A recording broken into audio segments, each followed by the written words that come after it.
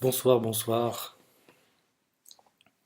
Donc, comme à mon habitude, je vais vous parler encore une fois de mon état de santé, mais pas seulement.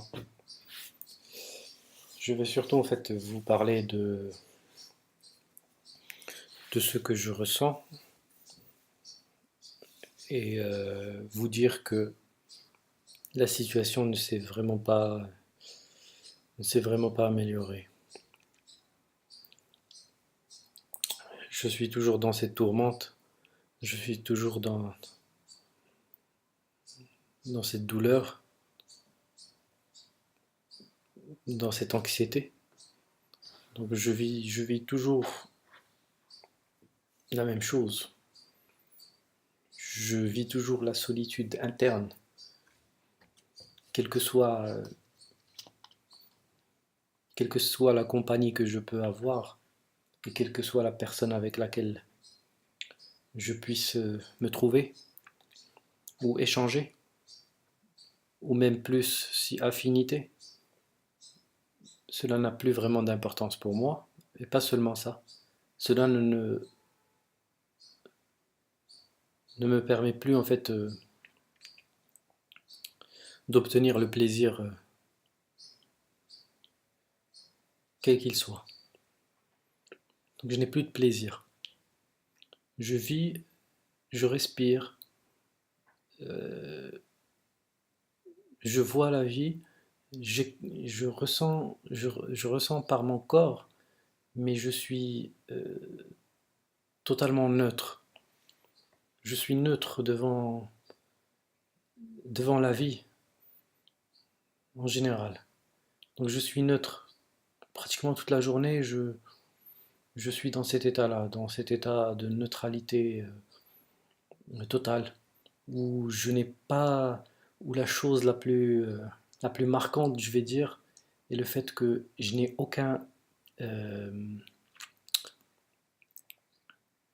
aucun désir. Et je ne pense pas au futur, voilà. Je n'arrive plus à me projeter dans l'avenir et avoir de l'espoir en fait. À me dire l'année prochaine, voilà où est-ce que je voudrais être, ou dans 10 ans, voilà où est-ce que je voudrais être et qu'est-ce que je voudrais faire. Donc ces choses-là, je n'ai plus en fait, je n'ai plus envie de rien du tout. Je n'ai plus envie de rien du tout. Euh, et j'ai pensé en fait mettre cette photo. Donc comme à mon habitude, j'essaye de trouver une photo qui va décrire cette image en fait, qui va décrire en fait mon état d'esprit. Et puis cette expression ou cette phrase qui dit que oui, je suis fort, mais je suis épuisé. Pas fatigué, mais épuisé. Je trouve qu'il y a une grande différence entre épuisé et fatigué. Fatigué, c'est on peut peut-être rebondir, on peut peut-être se reposer. Et le fait de se reposer va nous permettre en fait de nous régénérer et de passer cet état ou de dépasser cet état de fatigue, de regagner de l'énergie. Et moi, je suis épuisé, c'est-à-dire que j'ai été fatigué et j'ai été fatigué plusieurs fois, comme je le décris ou comme j'en parle dans mes autres interventions. Donc, où je dis que je suis en fait fatigué, et pas seulement fatigué, je dis que je suis fatigué et que je suis en fait retombé en dépression plusieurs fois. Donc tel un boxeur sur le ring, il peut avoir le physique et le mental et la résistance physique ou la force physique. Et puis il peut même, il peut avoir en fait il peut avoir suivi un très bon entraînement et être très bon, mais s'il reçoit un certain nombre de coups, il y a un moment où il va lâcher, où ses muscles vont lâcher, où son corps va le lâcher. Donc il peut recevoir un uppercut, il peut recevoir des coups, il peut recevoir des droites, etc. Et tenir le coup. Mais il va arriver un moment où on va arriver au coup de trop, à la droite de trop, au coup de poing de trop. Donc lorsqu'on arrive à cet état, et lorsque on n'a plus de résistance, on n'a plus de force, pas parce qu'on est faible, parce que si on était fait, si justement c'était un amateur et pas un vrai boxeur, est-ce que est-ce qu'on va dire que la personne est faible parce qu'elle est tombée KO? Non, parce que il faut en fait prendre en compte tout ce qui s'est passé avant la chute. Donc, s'il a tenu je ne sais combien de coups avant de tomber, donc oui, il est tombé. Mais est-ce que le fait qu'il soit tombé justifie de dire que cette personne est faible? Pas nécessairement. C'est vrai que si l'on devait comparer, si l'on devait en fait essayer de comparer deux personnes qui sont tombées KO, et si on n'avait pas en fait tout l'historique ou tout ce qui s'est passé juste avant ce moment-là, ou si on n'avait pas en fait la possibilité de voir ce qui s'est passé avant là, avant le KO, on pourrait en fait on pourrait considérer que toutes les situations sont égales, vu que une personne peut être faible physiquement et frêle est sur le sol, et puis une autre aussi est sur le sol aussi. Donc est-ce que le fait de tomber, est-ce que ça fait de nous des êtres faibles?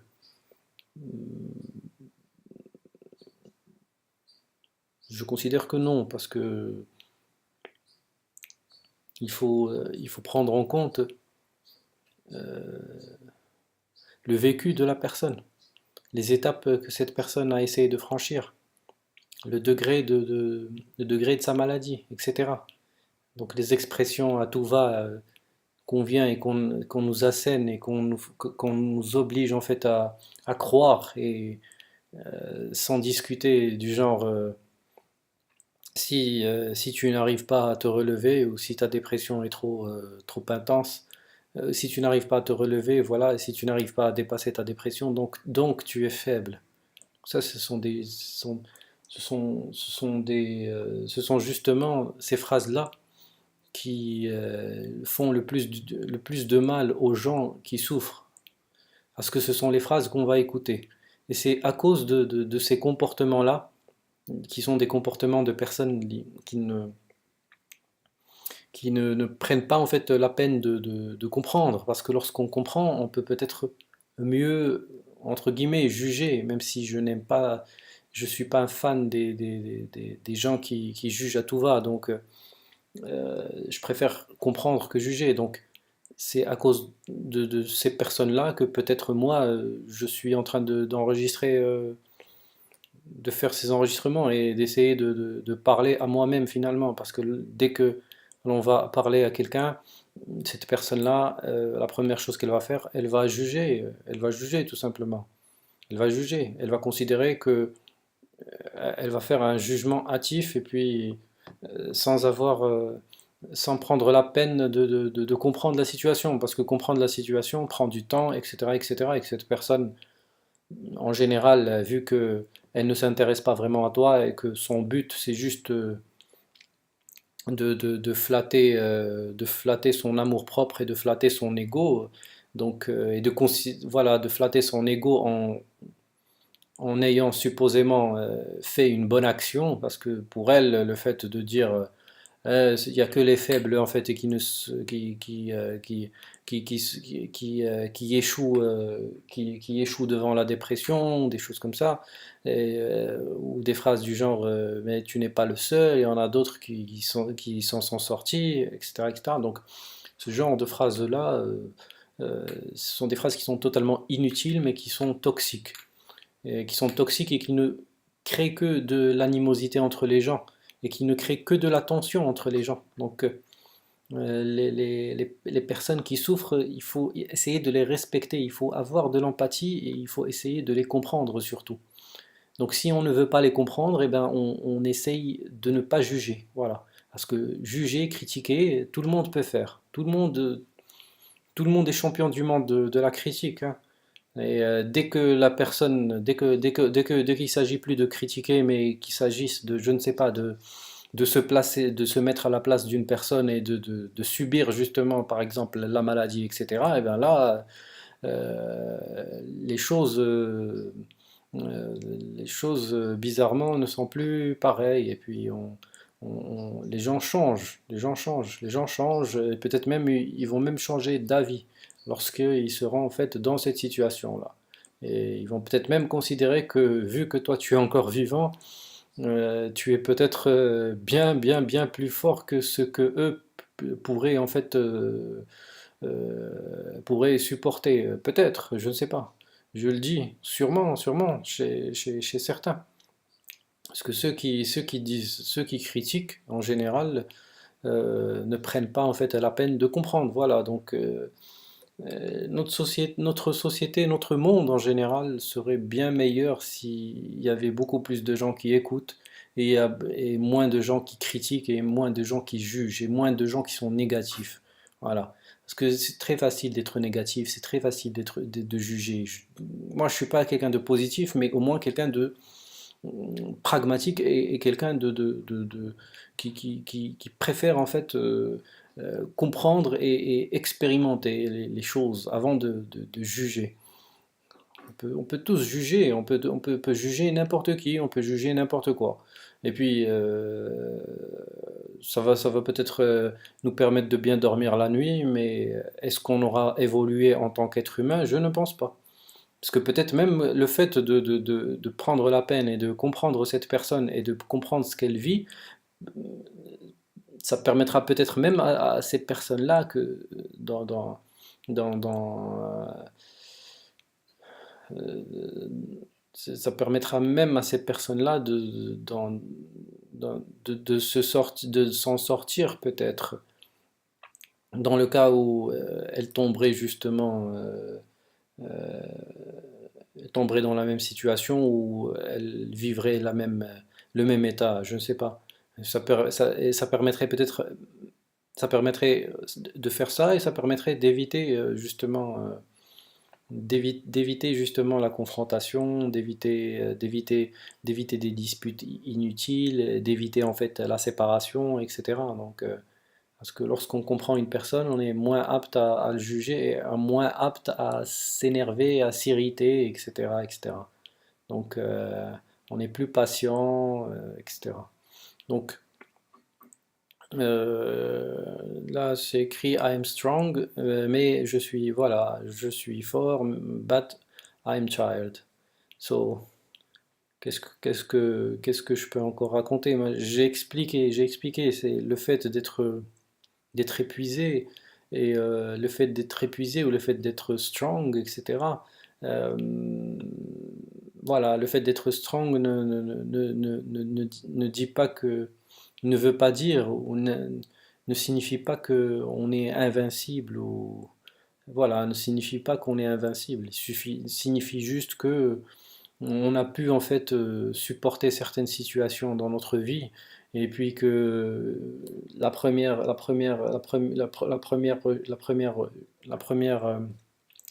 le premier épisode dépressif suivi du deuxième et du troisième et du quatrième et du je ne sais pas combien il y en a eu mais il y en a eu au moins 10, je dirais 10 rechutes.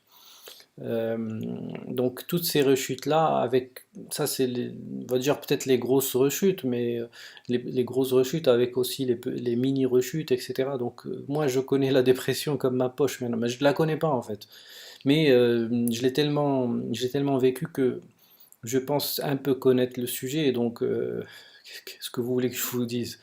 C'est très difficile de vivre avec cette dépression. En fait, c'est très difficile à vivre avec cette dépression. Et j'ai dit pourquoi j'ai reculé quand j'ai dit que je connais cette dépression comme ma poche, parce que c'est pas vrai, parce que j'ai parlé avec des gens qui souffrent de la même chose ou qui souffrent en fait d'une maladie qui est pratiquement similaire à ce que je vis. Et la seule chose que je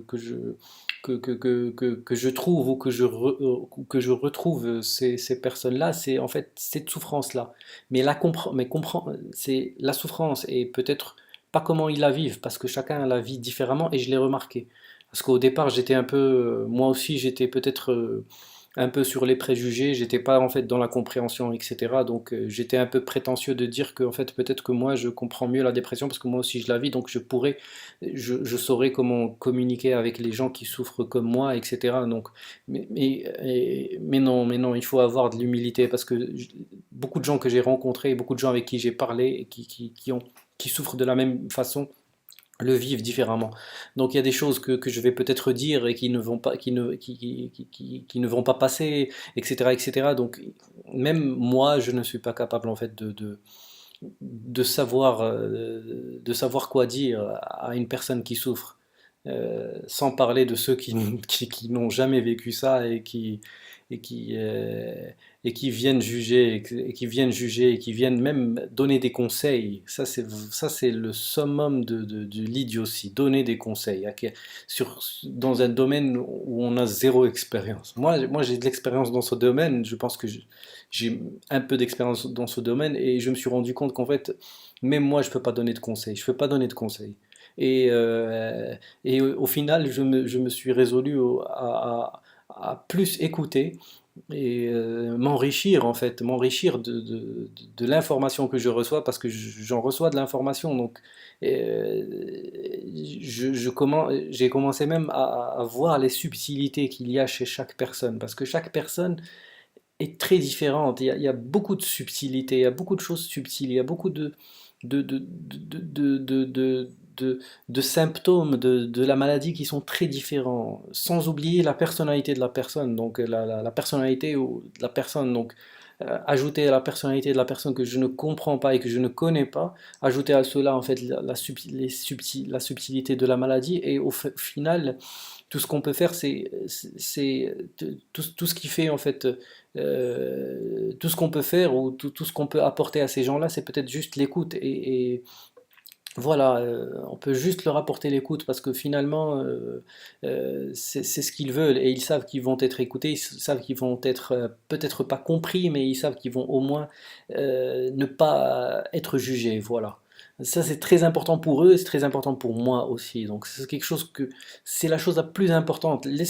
Par exemple, il y a des gens qui vont venir, qui vont me parler, qui souffrent aussi et qui vont me parler, qui vont tourner en rond, qui vont dire la même chose et répéter la même chose, répéter la même chose, mais ils sont pas en train d'essayer de trouver une solution. Parce que c'est ça que les gens ne comprennent pas. Les gens croient qu'en fait, lorsqu'on vient parler, on vient pour chercher une solution. On ne vient pas pour chercher une solution, on vient juste pour peut-être faire baisser la pression à l'intérieur de nous. Peut-être juste sortir ces idées qui tournent dans notre tête, les sortir et puis c'est tout. Leur permettre de respirer, voilà, permettre à nos idées de respirer et à sortir du cerveau, du cerveau pour un moment. Donc on essaie juste de faire ça. Lorsqu'on parle en fait, lorsque je parle maintenant, c'est tout ce que j'essaie de faire. Je suis pas en train d'essayer de dire, écoutez dans les commentaires, j'ai besoin que vous m'envoyez, je sais pas, des solutions, etc. Envoyez-moi des trucs, envoyez-moi des messages avec une solution, étape 1, étape 2, étape 3, ou je ne sais quoi. Je suis pas, je sais, je sais ce que je ressens, je sais de quoi je souffre. J'ai testé les médicaments, j'en ai testé plusieurs, j'ai testé la psychothérapie, j'ai testé beaucoup de choses. Ça ne marche pas. Enfin, avec moi, ça ne marche pas. Ça a peut-être marché un peu, mais c'est comme j'ai dit, lorsqu'on tombe et lorsqu'on retombe et lorsqu'on retombe et lorsqu'on retombe et lorsqu'on retombe à nouveau, à un certain moment, même le boxeur, eh ben, il est KO. Le boxeur professionnel qui fait 100 kilos, et ben à un certain moment il tombe. Même si c'est une montagne, elle finit par tomber. Donc, donc, donc, euh, donc moi, ce que je suis en train de dire, je suis en train de dire que ma situation, elle ne fait que s'aggraver. Et je l'ai remarqué je l'ai remarqué durant mes rechutes en fait. Chaque rechute est encore plus forte que la précédente et chaque rechute euh, casse mon espoir en fait. Disons que j'avais 100 points espoir comme tout le monde, pas comme tout le monde, mais comme, on va dire, la personne lambda normale, comme Monsieur Dupont ou je ne sais quoi. Donc la personne moyenne, elle a, on va dire, 100 d'espoir. Ok, 100 d'espoir, c'est un chiffre comme ça, c'est un chiffre, on va dire une moyenne. Et ben moi, à chaque fois, ce 100 d'espoir a subi l'érosion et à chaque fois, on a enlevé. Donc il a été en fait il a été réduit à pratiquement zéro. D'accord? Donc à chaque fois c'est descendu d'un cran et je l'ai ressenti. Donc à chaque fois, même après la rechute, même après que j'ai remonté en fait la rechute, ce qui s'est passé, c'est lorsque je suis sorti de la dépression, je suis sorti pas avec seulement des cicatrices, mais avec des séquelles. Voilà, je suis sorti, je m'en suis sorti avec des séquelles. Je sais pas si l'IRM ou si la technologie d'aujourd'hui permet vraiment de voir ces blessures et de voir ces séquelles-là, mais je sais pas si on arrivait à voir mes séquelles, on comprendrait qu'en fait je suis totalement détruit de l'intérieur. Donc c'est pas une seule blessure, je sais pas combien de blessures, c'est à chaque blessure, le chiffre 100, le chiffre 100 descend de 20 points ou 30 points, ou je ne sais pas, en tout cas, descend d'un cran, donc à chaque fois je descends. Donc 100, après je n'ai plus qu'un espoir, je n'ai plus qu'en fait un capital espoir de, je ne sais pas, de 80, et je passe à 60, etc., etc. Donc je le ressens et je le sais. Parce que à chaque fois, je n'ai plus confiance en l'avenir. J'ai de moins en moins confiance en l'avenir jusqu'au moment où je n'ai plus confiance en l'avenir. Un être humain, il vit pourquoi? Il vit pour avoir confiance en l'avenir, ou au moins avoir de l'espoir. Au moins, au moins, au moins. C'est la moindre des choses. Et lorsque tu sens que c'est détruit, et lorsque tu sens que ça tourne dans ta tête, en fait, ça tourne dans ta tête dans le sens où l'espoir, à chaque fois qu'il y a un petit espoir, eh ben, il y a une fatigue extrême que je ressens dans mon corps. À chaque fois qu'il y a un peu d'espoir, il se passe juste quelque chose, juste un petit désagrément pendant la journée, et puis c'est tout. Et puis c'est suffisant, et c'est assez pour me détruire complètement. Un petit désagrément, et quel qu'il soit. C'est suffisant pour me détruire complètement et pour dire j'ai plus envie de vivre, j'ai plus envie de vivre. Donc ça veut dire que la journée, elle est difficile, difficile de passer une journée, c'est très difficile de passer une journée. C'est tellement difficile que lorsque je dors, je n'arrive plus à bien dormir et ce sont que des cauchemars la nuit. Donc j'arrive plus à bien dormir, ce sont que des cauchemars la nuit. Donc, disons quelqu'un qui travaille. Est-ce que quelqu'un qui travaille pourrait travailler dans cette situation-là? À chaque fois qu'il y a quelque chose qui gêne juste un tout petit peu, c'est bon. Mon cerveau arrête de réfléchir, mon cerveau arrête de penser, mon cerveau arrête de fonctionner, et puis c'est fini. Et puis c'est pas quelque chose qui dure depuis une journée ou 2 journées, 3 jours, c'est quelque chose qui dure depuis très longtemps. Donc moi, lorsque je parle de cette souffrance-là, lorsque je parle de moi, lorsque je dis ces choses-là, je suis pas en train de chercher de l'attention, de chercher je ne sais quoi. Je suis pas une adolescente qui veut se suicider parce que même tout le respect que j'ai pour les adolescentes et les adolescents. Donc je m'excuse pour cette remarque, mais moi ce que je voulais dire tout simplement, c'est je suis pas une personne qui recherche de l'attention, ça veut dire qui a subi un événement traumatique ou voilà, une rupture ou quelle qu'elle soit, et sur le coup, elle essaie en fait de dire que en fait elle veut se suicider, etc. juste pour attirer ses proches ou les gens autour d'elle. Ce n'est pas mon cas parce que moi, mon désir de partir, c'est un désir que j'ai depuis très longtemps et c'est quelque chose qui n'a pas changé et qui n'a toujours pas changé jusqu'au jour d'aujourd'hui. Ça n'a pas changé, c'est toujours la même chose. C'est la seule chose que je désire et puis voilà. Puis j'en parle. Pourquoi j'en parle? Parce qu'il n'y a personne qui en parle, c'est ça le problème. Il n'y a personne qui en parle, il n'y a personne qui parle en fait du droit de mourir, tout simplement. Il n'y a personne qui parle de ces choses-là. Eh ben moi j'en parle, parce que moi j'en parle parce que j'ai pas trouvé à qui dire ces choses-là. C'est ça le problème. Et je n'ai pas trouvé à qui en parler et euh, j'ai pas encore en fait tout de prêt pour justement avoir mon suicide assisté.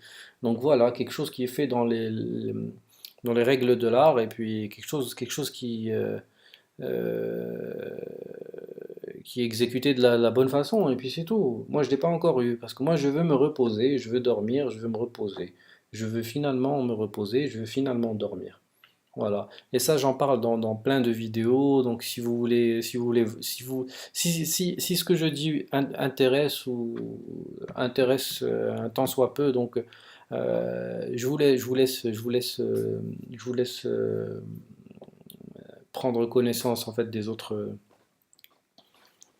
du contenu en fait qu'il y a sur cette chaîne. Et puis voilà, hein. J'aimerais bien m'en partager avant de partir. J'aimerais bien en fait parler. Voilà, j'aimerais bien euh, échanger. Voilà, s'il y a des gens qui souffrent de la même chose, s'il y a quelqu'un que je peux aider même, en toute modestie, s'il y a quelqu'un que je peux aider, c'est une personne que je peux aider, voilà, il y a pas de souci. Euh, c'est moi vous allez dire c'est moi qui a besoin d'aide. J'ai pas vraiment besoin d'aide. J'ai juste besoin en fait de me reposer pour toujours. Voilà, c'est tout ce que j'ai envie. J'ai pas besoin d'aide. J'ai pas besoin qu'on m'aide. J'ai pas besoin qu'on m'aide. J'ai, comme j'ai dit, j'ai vécu beaucoup de choses dans ma vie, j'ai vécu beaucoup de choses qui sont traumatisantes. Je suis traumatisé, mais à un degré pas possible. Et on va pas commencer à en parler parce que là, ça va faire encore trop long. À chaque fois que je commence à parler, j'arrive plus à m'arrêter. Donc pourquoi? Parce que c'est ce moment-là où je respire un peu. Donc c'est vraiment pendant ce moment-là où je respire un peu. Donc j'ai vraiment besoin de parler parce que je ne suis pas jugé quand je parle tout seul. Il n'y a personne qui me juge. Et voilà.